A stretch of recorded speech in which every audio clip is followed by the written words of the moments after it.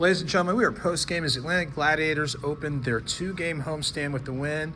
All right, Coach, we appreciate you taking time out to join us tonight. Tell us, what do you think got the team jump-started after a not-so-great start in the first period? For sure, it was the Ryan Nolan fight. Our guy gets slashed in the throat, and Nolan stepped up and challenged the guy who did it and had a great fight, and I think the game changed after that.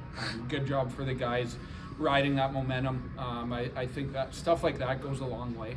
We talk about team toughness and sticking up for each other. We know what the South's about. It's a heavy division, and that it just shows the character of the group, and you could see the bench lift. I didn't think we had great energy to start the game. It was a little bit sleepy. The crowd wasn't really engaged. It was quiet in there, and Noli changed the game. That, like I said, I can't say enough good things about that. That's what we want. That's building the team and the culture in here that we have. So kudos to them or to him, sorry, and then good job by the guys table to kind of seize that momentum and tie the game. I like too, we got down early in the third and pushed back right away. A couple big goals and some big kills in the third, and overall a gutsy, good character win. And I like the term that you use, because gutsy definitely is the word of the day. So you guys were able, obviously after the fight, seems like everybody locked in.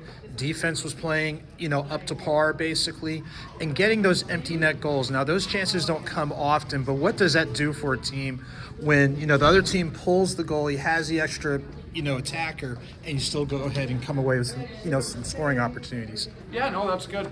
You have to be able to close those games. We had one in South Carolina last Saturday.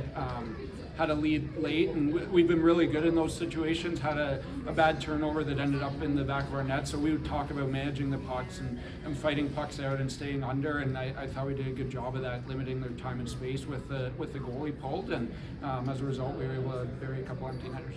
Now, looking ahead to Friday, one of the things you talked about, and some of the things we talked about during the season, getting off to that fast start. What's one thing that you think when you guys look at film or practice that's like, hey, if we can lock in on this, it's probably going to put us in a position to be, have a better starting point and hopefully playing ahead instead of playing catch up?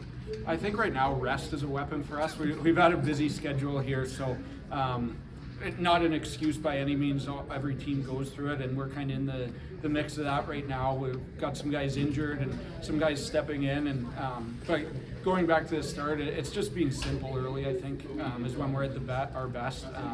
Actually, last weekend we started pretty well. A couple games still got down, so it's just kind of locking in, managing the puck, especially early on, getting in on the hunt, being physical. I think when we're physical, it gets everybody engaged, and just being simple early. So that's really it. There's no magic formula. I think guys want to start well. It's just sometimes you don't really have the legs or the energy, and like I said, it changed tonight with Nolan's fight.